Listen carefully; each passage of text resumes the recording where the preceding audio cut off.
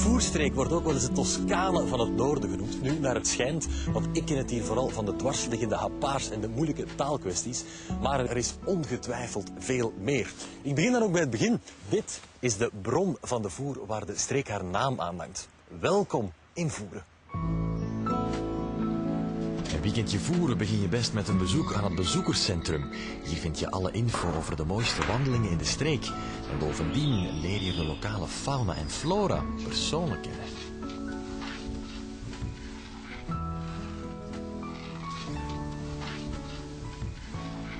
When in Rome, do as the Romans. Ik ga dus wandelen, want hoe mooi Voeren ook is, wandelen is wat het meest spectaculaire dat je hier kan doen.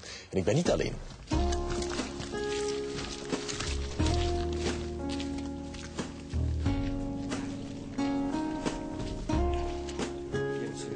Jean, wat maakt voor jou de Voerstreek nu zo speciaal?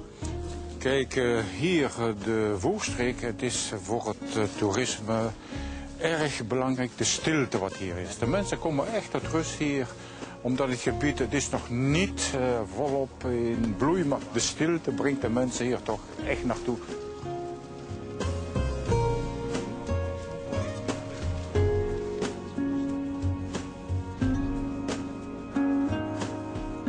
Dus om te zien of er everzwijnen in de bossen zijn, kun je zien bij die poelen daar. Daar gaan ze ook binnen liggen.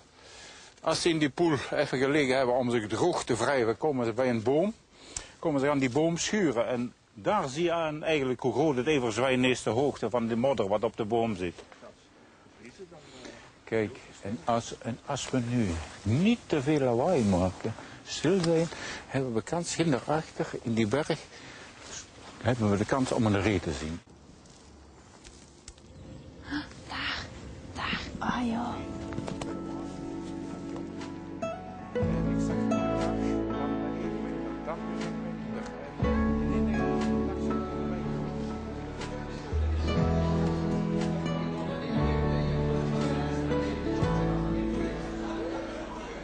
Ja, rust en stilte zijn dus de troeven van de Voerstreek. En als je dat niet zoekt, ben je absoluut aan het verkeerde adres.